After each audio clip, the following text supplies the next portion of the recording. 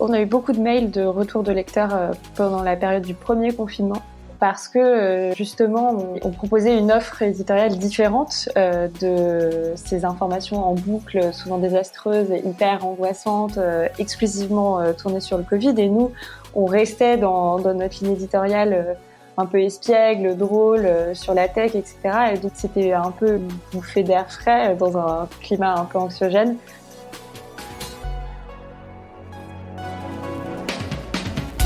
Bienvenue dans Mediarama, le podcast qui explore la galaxie des médias. Ici, nous partons à la rencontre de celles et ceux qui façonnent les contenus, les usages et les stratégies de demain. Je suis François Desfossés, cofondateur de Cosa Vostra, agence de conseil tech et créative. Nous accompagnons les médias dans leur transformation digitale. Contactez-moi sur mediarama@cosavostra.com, sur LinkedIn ou sur notre site cosavostra.com.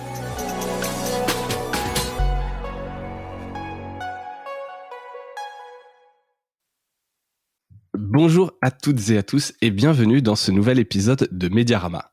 Nouvel épisode et dernière incartade en date du côté du sujet chaud de ces derniers mois, dernières années, les newsletters.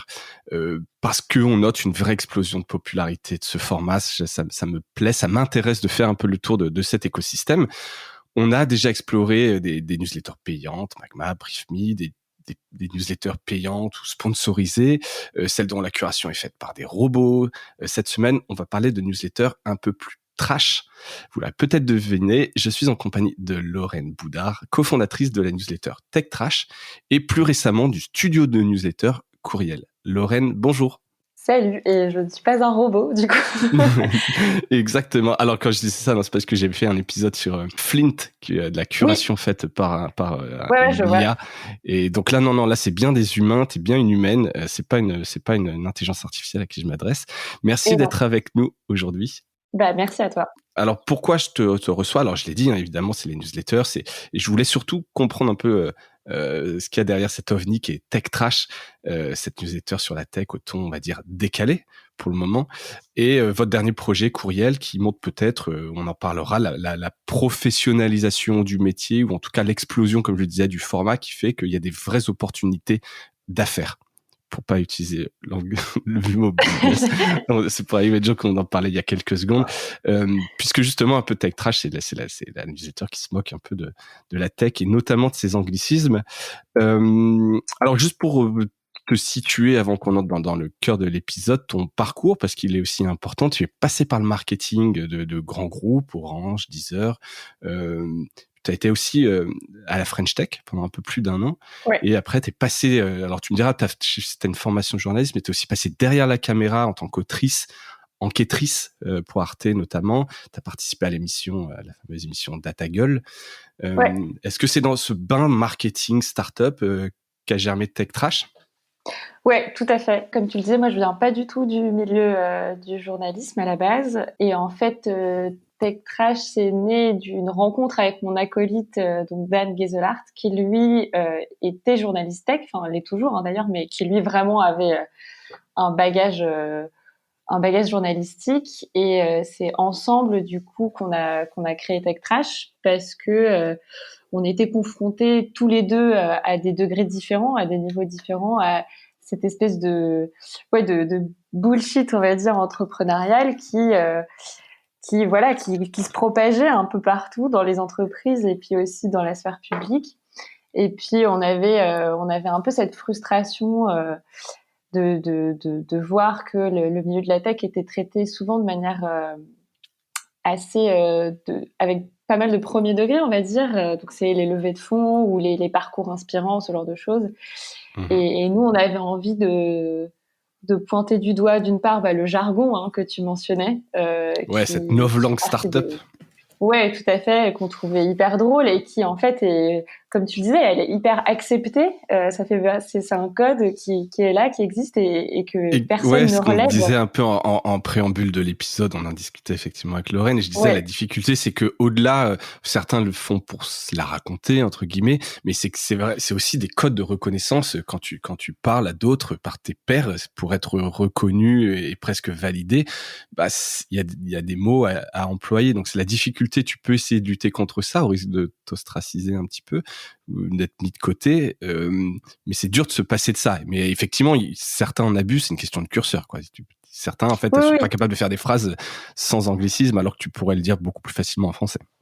Ouais, c'est ça. Et puis, du coup, nous, chacun de notre côté, en fait, voilà, que ce soit en réunion ou dans des conférences, on assistait à des prises de parole complètement absurdes pour, je sais pas moi, construire une roadmap pour scaler des process dans une dynamique agile, faire ce genre de choses qui n'a aucun sens. Et je pense qu'en fait, tout le monde en a bien conscience que ça n'a aucun sens, mais personne ne le disait vraiment.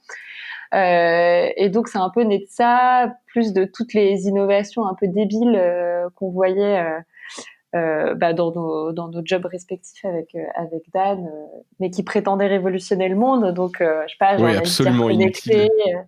voilà. Le Et c'est robot qui vraiment pose le des décalage. fossiles, etc. Ouais, exactement. Et donc, c'est vraiment le décalage entre les discours hyper prosélytes et tout, et la réalité des projets qui nous amusait. Et c'est ce qu'on a essayé un peu c'est ce qu'on a eu envie de gratter un peu, quoi. Ouais, et ce qui est intéressant, donc alors pour ceux qui ne connaissent pas, je vous invite à aller voir techtrash.fr. C'est caustique, c'est cynique, mais c'est pas non plus le Gorafi Non. de la startup nation. C'est ça qui est important de comprendre, c'est que vous ne faites pas uniquement c'est pas des faux articles pour vous moquer de cette novlangue, etc. Il y a quand même des vraies infos vérifiées. Alors vous êtes, enfin sur la dépendance notamment qu'on entretient avec le numérique, les plateformes. Vous luttez un peu contre ces plateformes. En tout cas, on sent une critique là-dessus. Donc voilà, c'est par l'angle de ce côté un peu caustique, mais avec des vraies infos de fond qui font que vous n'êtes pas juste un média drôle. Ouais, non, mais t'as tout à fait raison. C'est vrai que souvent on nous parle parce que bon, pour ceux qui sont pas familiers de Tech Trash, on a une rubrique qui s'appelle la Bullshit Quote et donc qui pointe un peu du doigt ce jargon entrepreneurial. Mais au-delà de ça, effectivement, et je suis contente que tu le mentionnes, il y a une vraie offre éditoriale qui essaye justement alors j'aime pas le mot décrypter, mais peut-être un peu d'analyser le rapport qu'on entretient tous avec le numérique, l'impact que ça peut avoir dans notre vie intime finalement et quotidienne. Et donc que ce soit sur la surveillance, que ce soit sur je sais pas, le doom scrolling ou notre rapport au narcissisme, etc. On essaye un peu d'aborder tous ces sujets-là aussi, de manière toujours légère, mais je l'espère informative. Et parfois aussi un peu combative, parce que comme tu le dis, on est quand même assez engagé. Ouais, c'est clairement on le sent à travers les différentes éditions. Et peut-être on peut en parler vraiment bien de Tech Trash. Il y a combien de personnes chez Tech Trash? Enfin un peu la fiche d'identité. Donc c'est une newsletter qui existe depuis 3 ans et quelques. Hein, c'était en Ouais, 2018. c'est ça. Quel type de thématique? Comment est-ce que vous bossez 4-2 dessus? C'est à 4 mains, donc avec Dan, ton associé. Comment ça se passe un peu Ouais, l'organisation de alors Tech Trash en tant que non pas entreprise, mais en tant que média? dans le dur de l'édito et de la rédaction, on est deux en effet, donc Dan et moi, à vraiment écrire. Après, dans le choix des sujets, dans la curation, etc., on a beaucoup de participation de nos lecteurs. Et c'est vrai que nous, à la base, on envisageait vraiment Tech Trash comme un collectif. Et c'est pour ça qu'on se met d'ailleurs assez peu, enfin, on se met pas du tout en avant dans la newsletter. Elle est pas signée, etc. Elle est anonyme. Alors bon, maintenant, on parle ailleurs, mais je veux dire, c'est pas la Oui, vous newsletter de Lorraine revendiquez et Dan, pas. quoi. Ouais, non, je Voilà. comprends. Ça pourrait demain être Et pris par quelqu'un d'autre, une nouvelle tout à équipe. fait. Tech Trash survivrait. C'est pas trop Ouais. incarné Non, comme non, d'autres non, peuvent l'être. exactement. Hmm. Et du coup, ça nous arrive toutes les semaines en fait que des lecteurs nous suggèrent des citations un peu bullshit de leur boss ou de leur je sais pas, ou du poste de leurs potes, ils nous transmettent des projets cool plutôt pour la rubrique de fin qui est consacrée, on va dire, plutôt à l'éloge. Ouais. Donc oui, ça se construit de manière un peu anarchique, comme ça. Mais dans le dur de la rédaction, on est deux. D'accord, vous n'avez pas de contributeurs, de pigistes ou de sujets que vous commandez, etc. Des suggestions de contenu, des quotes, des profils à surveiller, etc. Voilà, mais ça reste une équipe de rédaction de 2 personnes. C'est ça, ouais, c'est ça. Il y a combien d'abonnés aujourd'hui à TechTrash? Aujourd'hui, il y en a 30 000, un tout petit peu moins de 30 000, mais on va arrondir. Et voilà, et on a un En taux croissance? d'ouverture en croissance.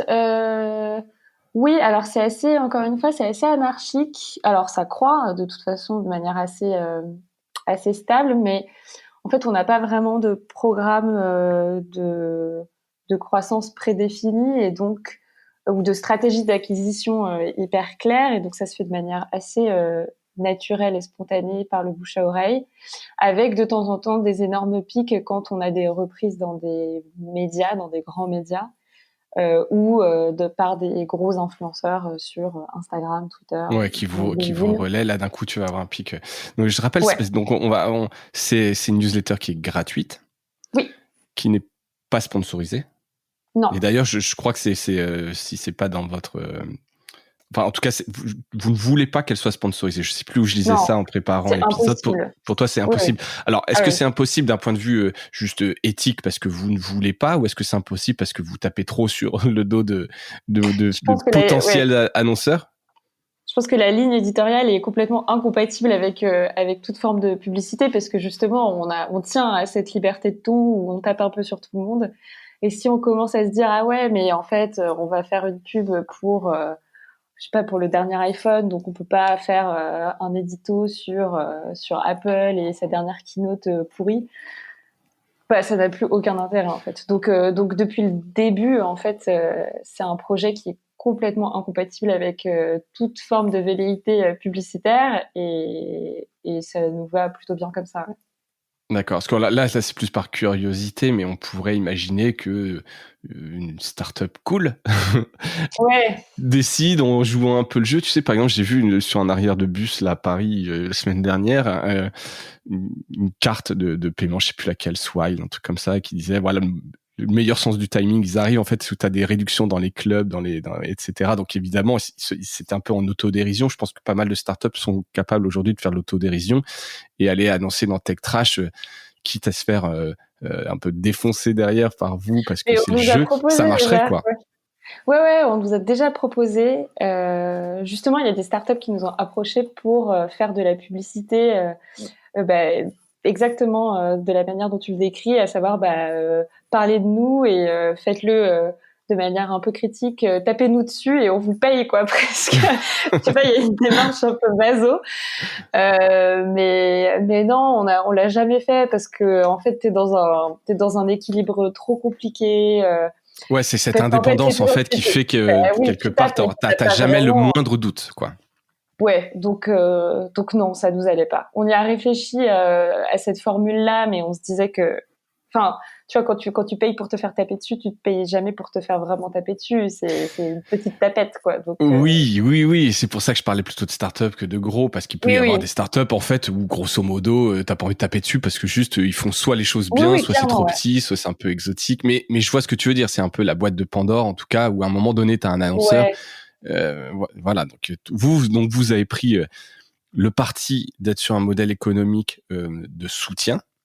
ouais, C'est-à-dire que donc c'est une newsletter gratuite, ceux qui le veulent peuvent vous soutenir. C'est rentable par rapport au temps que vous y passez? non, non, très clairement non. En fait, c'est vrai qu'on tâtonne un peu sur cette histoire de modèle économique depuis un petit moment. Donc on a lancé une cagnotte donc de soutien via la plateforme OKPAL qui permet de Ouais, de Ulule. défiscaliser les dons qui sont envoyés à TechTrash. Donc Ouais. tous les dons qui sont envoyés à TechTrash sont défiscalisés à hauteur de 66%. Et en réalité, ça fonctionne un peu parce qu'on a réuni une petite somme qui est pas dégueulasse du tout, mais ça ne suffit pas à vivre, clairement pas. Et c'est aussi pour ça que pour la deuxième newsletter qu'on lance aujourd'hui sur la crise climatique, dont on parlera peut-être un peu plus tard, Exactement, climax. on a choisi un modèle payant.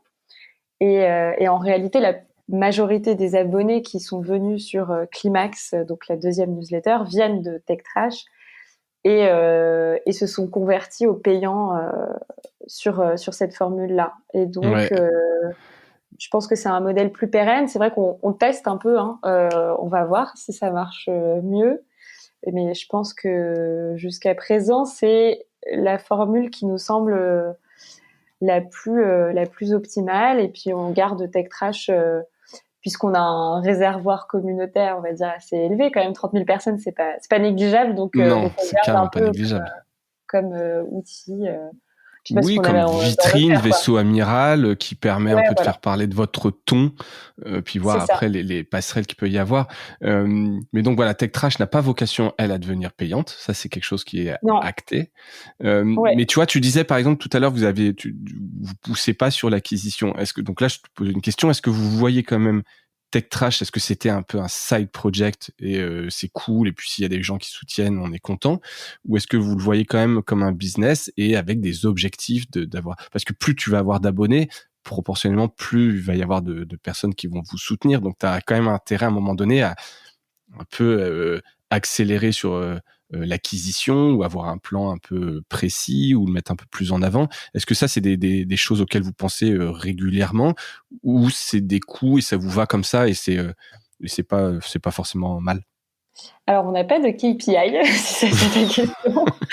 C'est Mais, très clair. en D'objectifs revanche, clés. ouais, non, non, non, on n'a pas d'objectif d'abonnés ou de conversion, etc. En revanche, on les regarde, ça c'est sûr.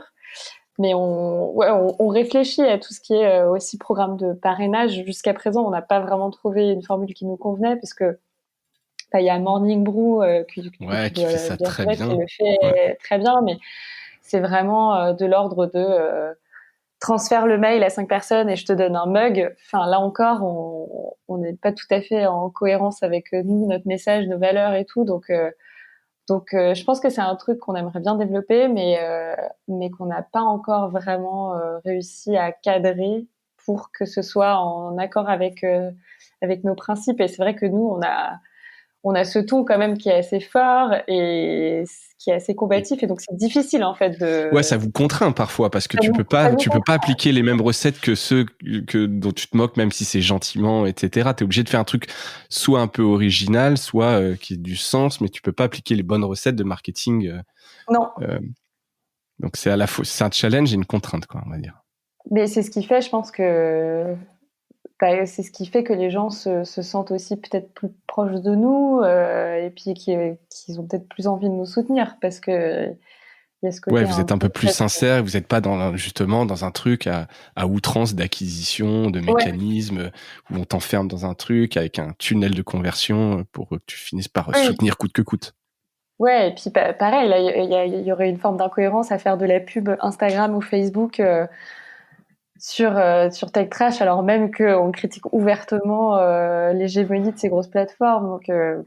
Donc, ouais, pour le moment, on essaye de rester cohérent. Alors effectivement, ça nous contraint, mais on lâche pas, quoi. Ouais, et puis bon, j'imagine que vous l'assumez bien, tu le vis pas comme un truc en se disant on s'est mis dedans, c'est dommage, on aimerait bien le faire, mais Non, on non, s'est un non. peu piégé, quoi. C'est un truc, vous êtes hyper à l'aise avec la manière dont ça se développe en dehors c'est des recettes un peu classiques. Tout à fait, ouais. Ouais, ouais. Et juste, donc tu disais croissance. Est-ce que le Covid a eu un impact? T'as vu quand même, toi, un changement dans cette année presque et demie de crise sanitaire? Est-ce que pour TechTrash, ça a eu un impact? Pas sur la croissance, mais sur l'engagement, oui. Sur les taux d'ouverture, déjà, Ouais. qui ont pas mal augmenté cette dernière année. Peut-être parce que, je sais pas, peut-être parce que les gens avaient plus de temps chez eux le matin pour lire la newsletter. J'en ai pas Probablement, les trop. usages ont quand même pas mal explosé sur la consultation des médias. Donc, la Ouais, newsletter en étant plus le regain de popularité du format.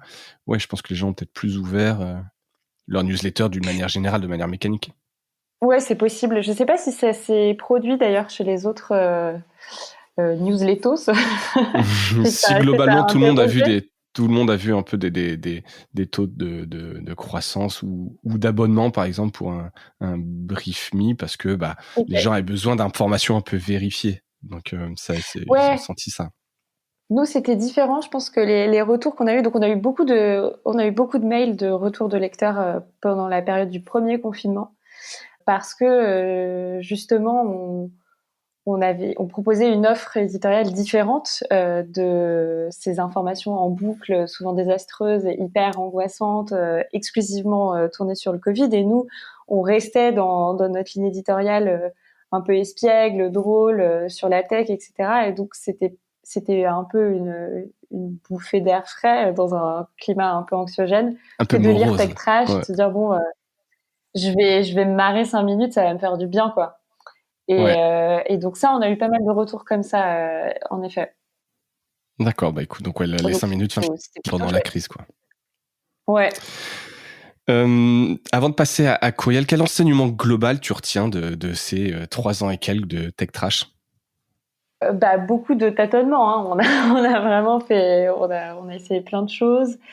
Je pense que ce qui fonctionne, c'est qu'on a vraiment eu une démarche assez, sincère depuis le début. C'est-à-dire qu'on s'est pas dit: «On va monter un média pour, que ça marche et en faire un business, je sais pas quoi.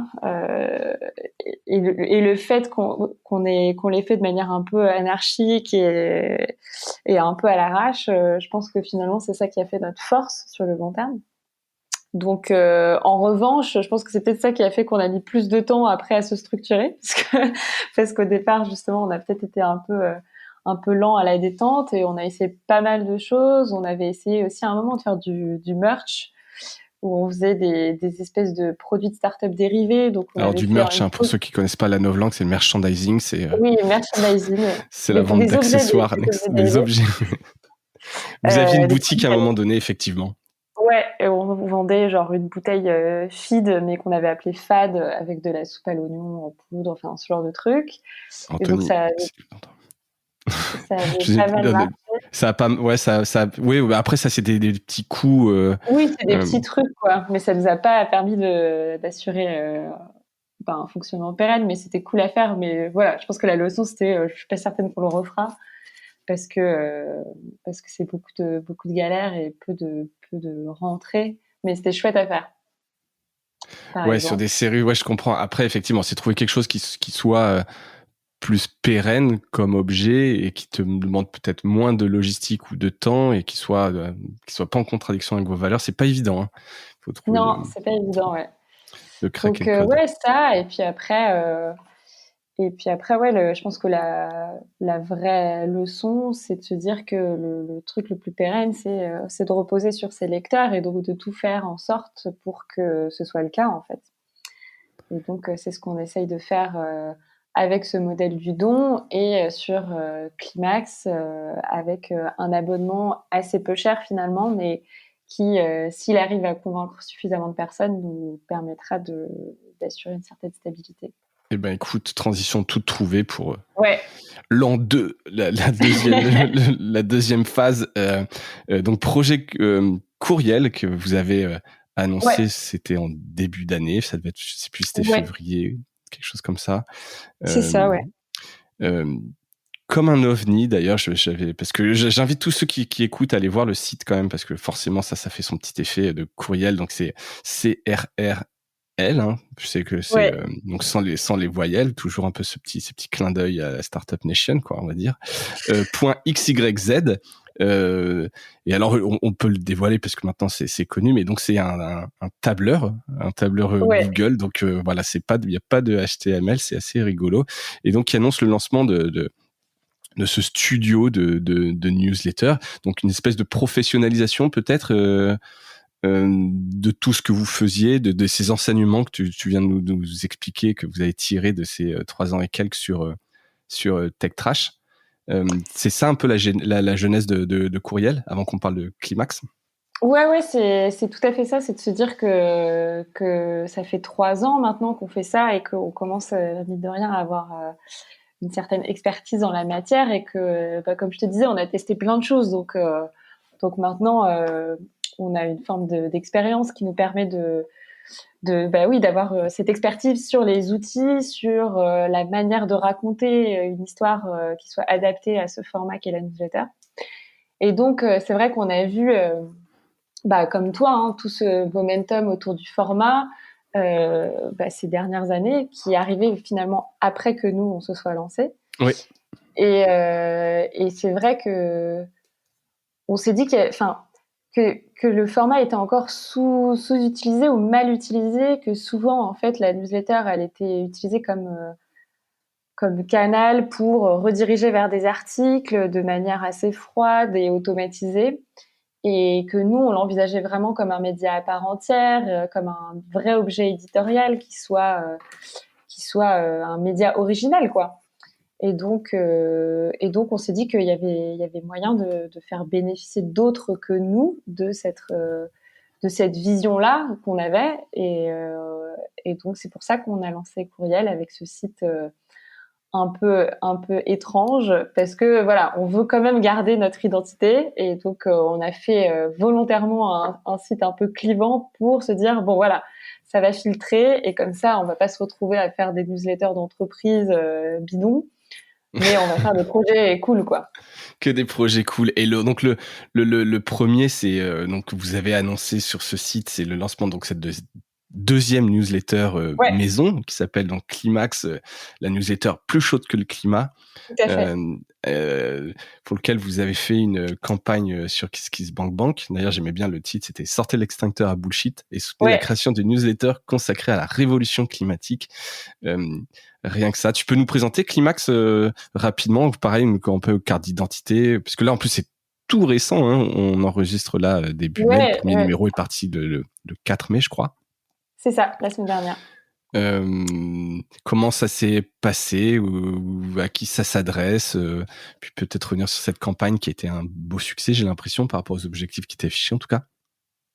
Ouais, bah, Climax, c'est parti pareil, en fait, de cette idée qu'il y avait quand même une certaine forme de bullshit et de greenwashing qui était bien présent sur la scène de la RSE ou ce genre de choses, et que peu de gens le pointaient du doigt, peu de gens le relevaient. Et donc, on voulait être là justement pour braquer l'extincteur à bullshit, comme on l'a dit, et parler d'un sujet finalement qui nous concerne tous. Ça fait un peu pensif de dire ça, mais souvent aussi qui est raconté, je trouve, de manière assez polarisée. C'est-à-dire que d'un côté, on va nous dire la fonte des glaciers, etc. Donc, c'est des successions d'informations désastreuses sur laquelle on n'a aucune prise. Donc, je sais pas, moi personnellement, ça me déprime profondément de lire ce genre de nouvelles, et ça me fait rien, ça m'apporte rien en fait. Je sais pas quoi en retirer. Et puis à l'autre côté du spectre, on a le journalisme positif avec des portraits inspirants de jeunes activistes qui vont sauver le monde parce qu'ils ont construit un filet qui va Ramasser ramasser les tout le plastique, déchets sur la ou scène, quoi. ils ont construit un truc qui va refléter la lumière du soleil et du coup c'est bon, on est sauvé. Donc voilà, nous on voulait se positionner un peu autrement, toujours avec un ton un peu combatif, et puis aussi de se dire que voilà, souvent la responsabilité elle est placée sur nous, quoi, sur les individus, à dire bah faut arrêter de manger Qu'est-ce du qu'on fait au steak, il faut quotidien? arrêter voilà de prendre l'avion, etc. Et soit, enfin c'est un fait, mais nous on voulait justement plutôt braquer les projecteurs sur les vrais responsables, à savoir les entreprises et les hommes politiques. Et donc on espère qu'avec ce ton un peu combatif, on arrive un peu à mobiliser les troupes, quoi, et pas parce qu'il y a rien de plus désespérant en fait que de se sentir impuissant et de se dire bon bah voilà, maintenant c'est foutu, on peut rien y faire, Oui, c'est bah culpabilisant même, quelque part, de se ouais, dire... exactement. Donc nous on voulait chauffer les gens, ouais. pour Écoute, les dire de donc manière très triviale. c'est voilà, c'est la recette un peu de tech trash en tout cas. Ouais. Alors ce qui est un peu plus singulier, évidemment, ça concerne beaucoup plus de gens parce que, enfin, quelque part, tout le monde est concerné, alors que sur la tech, tout le monde n'est pas intéressé par la tech. Et en même temps, dans la tech, c'est un petit écosystème, donc on vous connaît, c'est peut-être plus facile le bouche à oreille. Comment vous avez fait votre campagne KissKissBankBank là? Vous êtes appuyé sur cette communauté des 30 000 de tech trash? Est-ce que vous êtes allé aller chercher un peu plus loin? Est-ce que c'est les mêmes abonnés? Tu parlais tout à l'heure qu'il y avait peut-être un peu du monde. Donc pour rappel, vous avez eu 823 contributeurs. Euh, Ouais. donc je sais plus, je crois que c'était 5, ça devait être 5 euros en moyenne. Donc ça fait quand même déjà. Euh, Ah, vous c'était étiez, plus. C'était c'était beaucoup plus, plus, pardon, ouais, oui, parce que les gens j'ai pas vu. s'abonnaient à l'année ou à 2 ans. Donc, enfin, Ouais. le panier moyen, c'était 45 euros, je crois, sur la campagne. D'accord, donc ça change tout de suite la donne par rapport au soutien sur TechTrash. Oui, oui, non, c'est sûr que bah, c'est ce que je te disais. En fait, dans la dynamique du don, il y a un truc qui est optionnel et donc les gens donnent, mais parfois, je sais pas, ils zappent, ils oublient, etc. Alors Ouais, je que pense qu'il y a plein de gens qui aimeraient donner à TechTrash, on leur demandait de manière très claire ou etc. qui le font pas par flemme ou parce qu'ils y pensent pas ou ouais, c'est pas je le pense que moment ou on verra c'est. plus tard. Puis il y a pas de limite. Voilà, c'est ça. On verra plus tard. Il y a pas de limite dans le temps, donc je peux le faire la semaine prochaine, etc. C'est Alors ça. que dans une campagne de financement participatif, je pense que le levier qui est très fort, c'est celui de la limitation dans le temps. Et donc, il y a un mois pour donner. Et si je donne pas dans le mois, bah, c'est fini. Je passe à En fait, côté, quoi. on peut toujours s'abonner, On peut mais toujours s'abonner, ouais. Mais il y a une c'est plus cher. dynamique. Ouais. Et puis, il y a une dynamique qui est restreinte dans le temps. Et je pense que ça motive vraiment beaucoup plus les gens à passer le cap de sortir la carte de crédit, ouais. Donc content du résultat. Clairement, ça c'est cool. Et donc bravo. Je Ouais. reviens sur ma question. Qui sont ces 823 contributeurs? C'est des gens qui viennent de l'extérieur ou pour la plupart c'est des lecteurs de Tech Trash? C'est beaucoup de gens de tech trash et en fait, ouais, je voulais revenir. Quand tu disais tout à l'heure que oui, la tech, ça concernait pas tout le monde, etc. En réalité, je pense que c'est pas tout à fait exact parce que aujourd'hui, c'est un peu partout, quoi. Et nous, Oui, on tout le parle monde de. a un smartphone, tout le monde utilise des Puis la services tech, d'un ça veut pas dire GAFAM, tout le monde est grand-chose. sur une plateforme, quoi.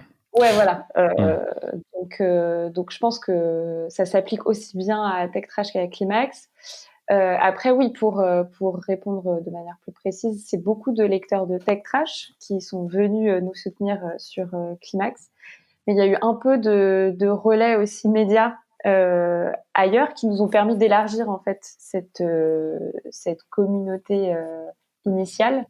Et donc des gens qui venaient complètement de l'extérieur, Hmm. qui nous ont aussi donné, qui se sont abonnés. Donc, mais la grosse majorité de ces 825 premiers abonnés, ce sont des lecteurs de Tech Trash. Ouais, qui sont fidèles, qui aiment le ton, qui voient un peu votre sincérité dans la Voilà. démarche et qui se disent. Et surtout, c'est donc 4 euros par mois. Ouais. Le prix vous l'avez calculé comment? Là, c'est par curiosité. Je- vous avez fait un plan d'affaires? Pas tu vois, je peux pas dire business plan. Ouais. Oui, oui, on s'est attelé à notre petit tableur Excel. Non, en fait, en réalité, on s'est pas mal appuyé sur les prix qui étaient pratiqués sur Substack, mais qui sont un tout petit peu plus élevés d'ailleurs. Ouais. Même ce qui existe déjà avec BriefMe, mais qui encore une fois est un peu plus cher. Et nous, on voulait faire, bah voilà, on voulait trouver le juste milieu entre un tarif qui nous permettrait d'en vivre et de payer des gens, puisque contrairement à Tech Trash, là, on fait appel à des pigistes, à des journalistes qui mènent des enquêtes, etc. Donc on rémunère, donc on Ouais. sort un peu de notre cuisine à deux. Et, euh, et donc un tarif qui nous permette à la fois de faire ça, de payer les gens, mais aussi qui constitue pas une barrière trop élevée pour que le plus de monde puisse le Oui, prendre. en plus d'un abonnement à un média Voilà, c'est ça. généraliste, etc. On sait qu'il n'y a pas Et forcément c'est la ça. place pour beaucoup d'abonnements à des médias, donc Ouais. être sous moins de 5 euros, je pense que c'est bien, effectivement, pour une newsletter. C'était un peu la réflexion qu'on s'est faite et un peu de se dire bon bah moi personnellement qu'est-ce que je payerais? Je pense que je serais prête à payer ça. Écoute, en tout cas, c'est le choix qu'on fait, plus de 800 contributeurs, donc ça, c'est vraiment cool à Ouais. suivre. Derrière, on se reverra dans un an, on parlera churn. Heu, Ouais, bah oui, ça, je sais que ce sera une grosse problématique, on verra. ouais, mais après, non, mais bah, après, c'est à vous de produire le bon contenu, mais ça, j'en doute pas trop. Sur les newsletters, donc là, vous misez tout sur les newsletters. Alors, pardon, avant de parler vraiment de ça, tu as quand même dit tout à l'heure courriel. Il y aurait d'autres newsletters? C'est-à-dire, est-ce que ça va être un peu justement, un peu à la Substack? On peut, ou non, c'est quand même vous qui choisissez avec qui vous allez travailler. C'est pas une plateforme de production de newsletters, Non, non, non, classique, quoi. ouais, non, on n'a pas. C'est des partenariats avec des gens qui partagent vos valeurs, que vous sélectionnez et que vous poussez. Ouais, exactement. Non, nous, on n'est pas, enfin, voilà, c'est pas un C'est pas une outil, plateforme, c'est pas une tech, non, c'est vraiment un studio. Et vous avez des projets justement dans les cartons? Pour le moment, j'ai vu sur le site, vous parliez de Climax, qui était votre gros projet, et je pense que c'est beaucoup de boulot derrière. Est-ce que depuis le lancement de Courriel et un peu toute cette pub, vous avez été approché? Il y a quelques projets dans les Ouais, cartons dont tu peux parler? on a d'autres projets dans les cartons, mais qui vont sortir, je pense, d'ici la rentrée, ou peut-être un tout petit peu avant, je sais pas encore, sur des thématiques assez variées. Je sais pas si je peux trop en parler à Non, mais ce jour, mais enfin, l'idée, c'est pas de dévoiler des choses, mais donc vous restez, vous demandez par exemple toujours qu'il y a un ton décalé, il faut qu'il y ait un ton courriel qui va venir. Est-ce que c'est toujours un peu sur des critiques de sujets de société? C'est quoi un peu votre ligne éditoriale chez Courriel? bah, la ligne éditoriale, oui, c'est ça, c'est d'avoir un ton quand même engagé et assez libre. Et après, nous, en tant que Courriel, on fonctionne un peu comme un producteur ou un éditeur. Donc, on va aider la personne à construire son offre éditoriale, le format, l'audience, et puis le modèle, quoi, le modèle économique aussi, s'il y a question de construire un modèle économique. Ouais. Euh, mais oui, après justement, et c'est pour ça qu'on a fait un site un peu, comme je te disais, un peu clivant, c'est parce que ça filtre en fait. Donc les gens qui nous contactent, ils savent à qui ils ont affaire, et donc ils savent que le ton Oui, que et ce sera pas les le studio thématiques classique, quoi. abordées, Ouais. non, voilà. Donc, Très oui, bien. Et effectivement. derrière, vous allez, si quelqu'un vient en disant, bah, je veux faire une newsletter gratuite, ça, vous prenez quand même si le projet est bon? Est-ce que, oui, j'imagine quand même que vous avez vocation à monétiser toutes ces newsletters un peu engagées. Bah oui, l'idée c'est de construire des formats qui puissent être pérennes, quoi. Alors après, si c'est gratuit, peut-être qu'on peut envisager une autre forme de monétisation. Enfin, tu vois, on l'envisage un peu aussi comme une sorte de laboratoire. Donc on va tester plein de choses, et peut-être qu'il y en a qui marcheront et d'autres qui marcheront moins. Euh, on va voir, quoi. Pour le Ouais, vous moment, là, fermez rien, vous avez pas un truc très précis en se disant toutes les newsletters seront toutes payantes et on fera non, des non, bundles, etc. C'est non, non, ça projet va par être projet. Si vous kiffez le truc, ça exactement. peut être, ouais, ce qui est bien. Donc plusieurs projets à venir à la rentrée. Tu peux pas en dire trop pour le moment, mais écoute, on essaiera de relayer ça et de voir un petit peu ce qui sort des cartons de Cool. courriel. Euh, Est-ce que vous êtes là-dessus pareil des projets pour des marques en tant que courriel? Alors je sais que vous aimez pas forcément faire tu parlais de podcasts que personne n'écoute ou des newsletters que personne Ouais. n'écoute. Est-ce que vous avez quand même été approché par des marques là maintenant que vous structurez un petit peu cette offre, ça va vous donner un peu plus enfin peut-être pas de crédibilité, mais en tout cas un peu plus de matière pour des annonceurs. Est-ce qu'il y a quand même des projets avec des marques derrière ça ou pas?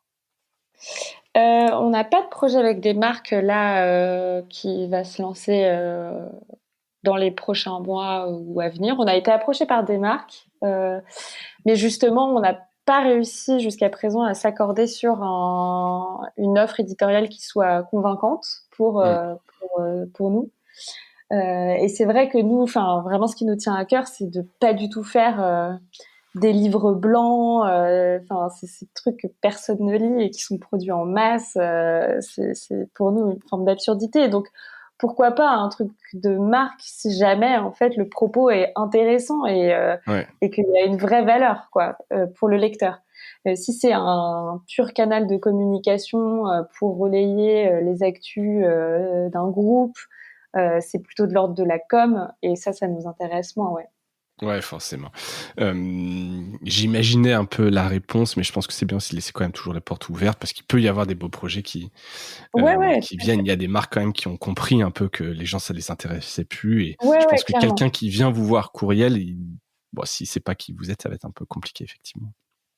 Ouais, ouais, clairement. J'avais d'autres sujets. Tu as peut-être vu, bah, alors j'avais reçu, Arthur de Villemandy de Magma, Oui, et puis on a parlé de Side Channel qui s'est lancé, tu sais, pour certains auteurs de Substack. En fait, c'est vraiment une manière de fédérer, d'animer sa communauté.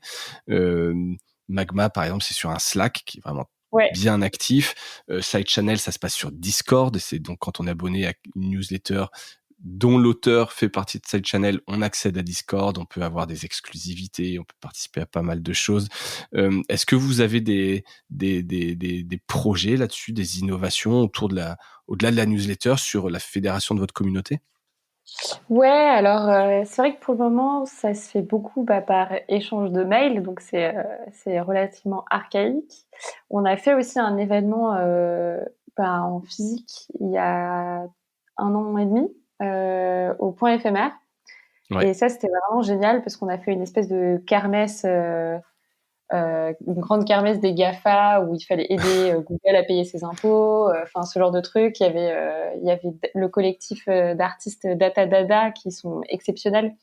Et ça, c'était vraiment génial. Et c'est vrai on voudrait idéalement essayer de répliquer ce genre d'événement en dur parce que c'est toujours trop cool en fait de pouvoir rencontrer les gens en vrai et de pouvoir proposer un truc qui soit un peu différent, un peu espiègle, un peu drôle et tout, un peu léger, plutôt que des tables rondes avec qui ont tout à fait leur place, hein, mais des tables rondes avec des chercheurs et tout, ça c'est pas trop ce qu'on voudrait faire. C'est pas Mais on trop, a tech trash ou courriel, quoi. non, pas tout à fait, non. Mais après, bon, pourquoi pas, on n'est pas complètement Oui, fermé, après, c'est mais le je pense... format. Je pense, par exemple, tu vois, là, spontanément, Ouzbek Erika, qui avait fait son Oui, tribunal voilà, des c'est ça, ouais. générations futures. Le format est hyper cool. Il y a moyen de faire un événement un peu qui soit dans votre ADN, où il y a de la réflexion et c'est pas juste du lol, etc. Ouais, ouais, exactement. Donc nous, je pense que quand ce sera à nouveau possible, on développera à nouveau ce type d'événement parce que ça avait bien marché et que c'était vraiment chouette. Et après,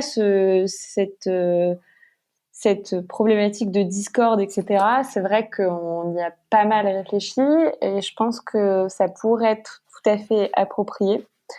Le grand problème, c'est la modération Hmm.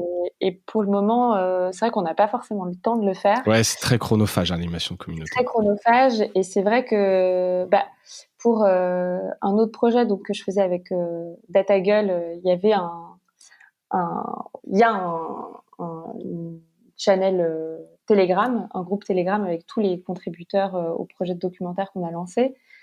Et je vois bien que c'est très compliqué à animer, que souvent en fait la discussion un peu échappe Hmm. au thème initial, que ça part un peu dans tous les sens. Et donc ouais, je pense que vraiment ce qui nous retient de le faire pour le moment, c'est cet enjeu de modération et cette absence de temps. Mais en réalité, je pense que c'est un truc qu'on pourrait creuser en plus d'événements en dur. Je- Ouais, je pense, mais après tout le monde effectivement cherche un petit peu comment le faire et que ça se passe bien. Ouais, Pour Magma, je pense, tu vois, c'est plus facile parce que c'est vraiment très oui, très niche, et c'est sur Slack. Les gens ont l'habitude sur Slack, donc c'est pas, il y a pas de troll quelque part. C'est très courtois dans le ton. Euh, Si t'es sur un truc un peu plus qui touche plus de monde, ouais, ça peut être compliqué. C'est ça un peu la frustration que je sens chez beaucoup, c'est que beaucoup ont envie de le faire, sentent qu'il faut interagir avec la communauté, mais c'est pas évident d'avoir les bons outils et les bonnes ressources parce qu'on sait que ça prend du temps. Et soit c'est plat, il se passe rien et c'est hyper déceptif, soit c'est comme tu ça. l'as dit, ça peut partir un peu dans tous les sens et tu passes ton temps à modérer ou à recadrer le débat. Ouais. Deux dernières questions que je voulais voir avec toi sur les newsletters, parce que donc on a parlé de cette explosion, on voit que les grandes plateformes y vont, il y a des rachats, Newsel racheté par Twitter, etc. Facebook qui veut aussi y aller. Et puis tous ces auteurs aussi qui passent le pas, qui se lancent, on sent comme les podcasts, il y a eu le boom, est-ce qu'il y a une bulle maintenant? Est-ce que tu penses pas qu'il va y avoir une certaine lassitude autour des newsletters? Est-ce que c'est pas périlleux de tout Ouais. miser sur les newsletters? Ouais, bah, c'est vrai que cette question de la bulle, elle est marrante parce que je pense que c'est vraiment c'est dans ce microcosme de gens qui connaissent un peu les newsletters que c'est un sujet, parce qu'en réalité, je pense qu'il y a encore vraiment matière à ce que ça se développe. Et c'est un usage qui est pas encore hyper ancré, hein. Même la newsletter payante, tu l'as dit, il y a BriefMe, bon, Magma qui le fait sur un truc un peu plus niche. Et sinon, mis à part ces deux exemples-là, ça n'existe pas. Donc, je pense qu'on est loin de la bulle. Et même aujourd'hui, si je dis autour de moi que j'écris des newsletters, enfin, Les gens vont y a te des... regarder avec des yeux ronds en disant c'est pas un métier. Ouais, genre, mais en fait, tu fais quoi dans la vie? Enfin, c'est pas ton métier. Donc, je pense que ouais, la bulle, on n'y est pas encore.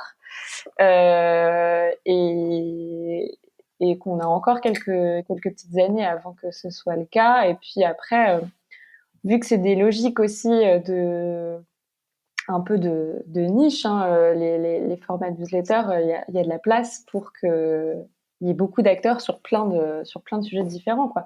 C'est ça qui est cool aussi, c'est que c'est un truc foisonnant où il y a pas un coût d'entrée hyper élevé pour pouvoir faire ça. Non, c'est très low-tech presque. Donc Ouais, effectivement, t'as quelque chose à dire, tu le dis. ouais, c'est ça. Et puis tu peux faire ta newsletter sur, je sais pas, le punk scandinave, enfin sur des trucs hyper niche, et tu trouveras toujours ton audience. Et c'est ça qui est cool, quoi. Il y a un côté un peu pirate que moi j'aime bien, et je pense que voilà, c'est pas encore, ça a pas encore été totalement exploré, et donc tant qu'il y aura cette liberté, je pense qu'il y aura encore matière à explorer. Après, effectivement, si ça se surstructure et que ça se surinstitutionnalise, peut-être qu'il y aura quelques... Bah, Je sais pas. oui, alors après, ce sera effectivement toujours, on reviendra à l'économie de l'attention, quoi. Est-ce que les gens, quelle newsletter ils liront, s'ils sont Oui, abonnés à plusieurs, si les grosses poussent plus, et plus de marketing. Mais ce sera en fait un peu, on a juste, non pas reporté, mais déplacé le problème. Le bon contenu émergera toujours. Moi, je te parle de bulle, effectivement, je suis plutôt aligné avec toi. Je pense que on est encore un peu tôt là-dessus, et après les gens sélectionneront ce qu'ils veulent lire et le bon contenu leur plaira. L'avantage, c'est que voilà, ça peut être du contenu très très niche qui serait pas forcément aller chercher sur un blog ou sur un site. Là, il vient à eux et à eux de le lire derrière. ouais.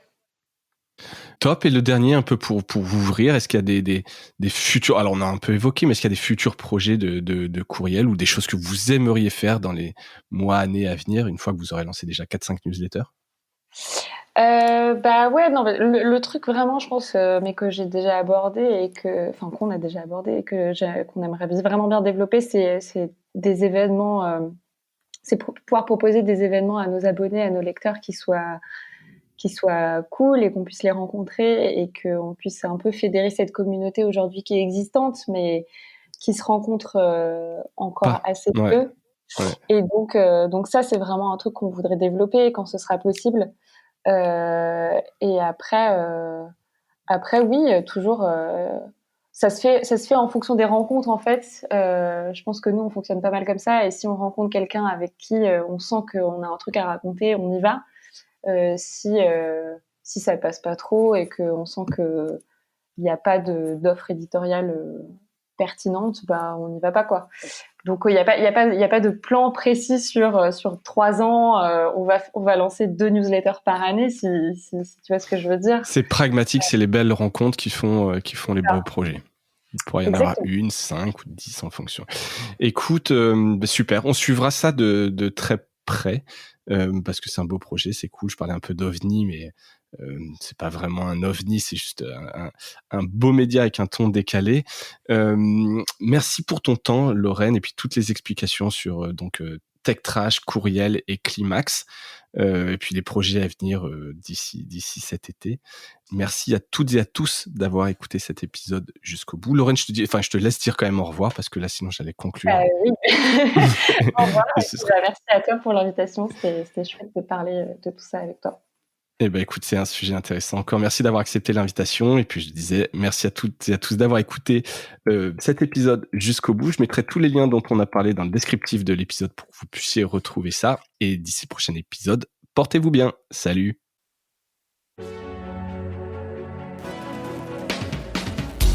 Merci d'avoir écouté cet épisode de Mediarama. J'espère qu'il vous a plu. Si c'est le cas, abonnez-vous pour ne rater aucun épisode, parlez-en autour de vous et laissez-moi un commentaire sympathique sur Apple Podcast, ça m'aide à remonter dans les classements. N'hésitez pas non plus à le partager autour de vous, chaque nouvel auditeur intéressé est une victoire. Si vous avez besoin d'un accompagnement tech et créatif, que ce soit pour votre stratégie de présence en ligne, la refonte de votre site ou encore l'obtention d'une subvention, n'hésitez pas à me contacter à l'adresse mediarama@causavostra.com. À bientôt!